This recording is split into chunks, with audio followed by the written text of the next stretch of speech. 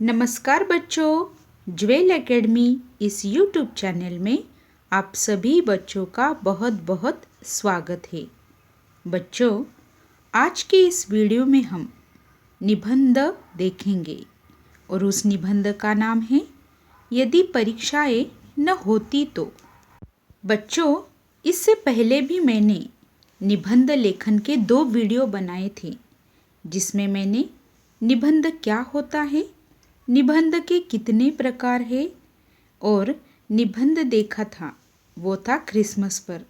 यदि आपने वो वीडियो नहीं देखा है तो इसी वीडियो के डिस्क्रिप्शन बॉक्स में मैं वो 2 वीडियो डालती हूँ, आप वहाँ पे जाकर वो वीडियो देख सकते हो। यदि आप इस चैनल पर नए हो तो मेरे ज्वेल एकेडमी चैनल को सब्सक्राइब करो और ज़्यादा से ज़्यादा इन वीडियो को शेयर करो।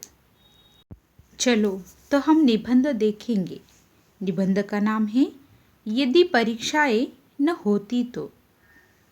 जैसे कि मैंने आपको पहले के वीडियो में बताया था, निबंध के 3 अंग होते हैं। उसके हिसाब से ही हम आज का निबंध लिखेंगे। सबसे पहले हम प्रस्तावना देखेंगे।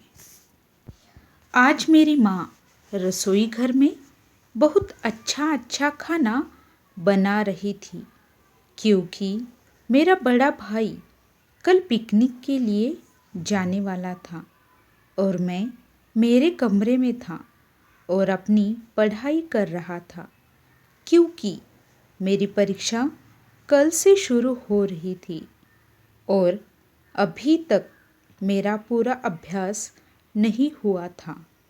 तभी मुझे लगा कि यदि परीक्षाएं ना होती तो कितना अच्छा होता। यह सोचकर ही मुझे बहुत अच्छा लग रहा था।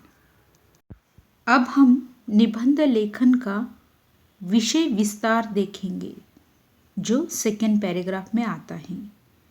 इसको हम main body of the essay भी बोलते हैं, जिसमें आपको उस निबंध के बारे में, उसके विषय के बारे में बहुत अच्छे से लिखना होता है।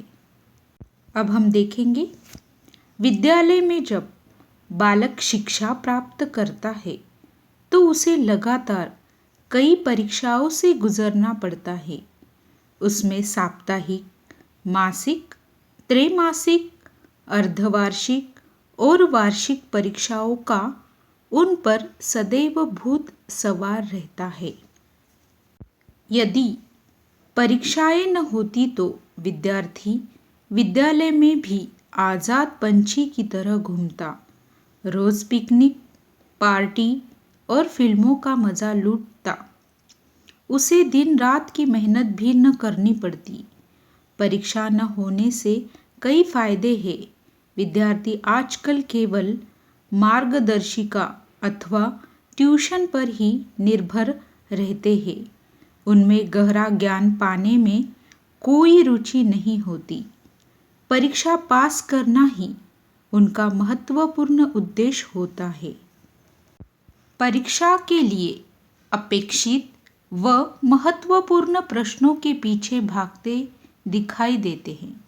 केवल डिग्रियां व प्रमाण पत्र पाना उनका ध्येय हो गया है। यदि यह परीक्षाएं न होती तो विद्यार्थियों का प्रमाण पत्र पाने के लिए सिर न खपाना पड़ता। विद्यार्थियों को परीक्षा भवन में नकल करने की आवश्यकता न होती। इन परीक्षाओं ने केवल विद्यार्थियों को ही नहीं, उनके माता पिता को भी उलझन में डाल दिया है। मध्यम वर्ग के माता पिता अपने बच्चों को अच्छी पढ़ाई और अच्छे अंक लाने हेतु उनके लिए ट्यूशन का प्रबंध करते हैं। ट्यूशन्स के लिए उन्हें ऊंचे दाम देने पड़ते हैं, भले ही उसके लिए उन्हें अपना पेट काटना पड़े। अपने बच्चों को पास करवाने के लिए परीक्षकों को रिश्वत देने की नौबत आ जाती है।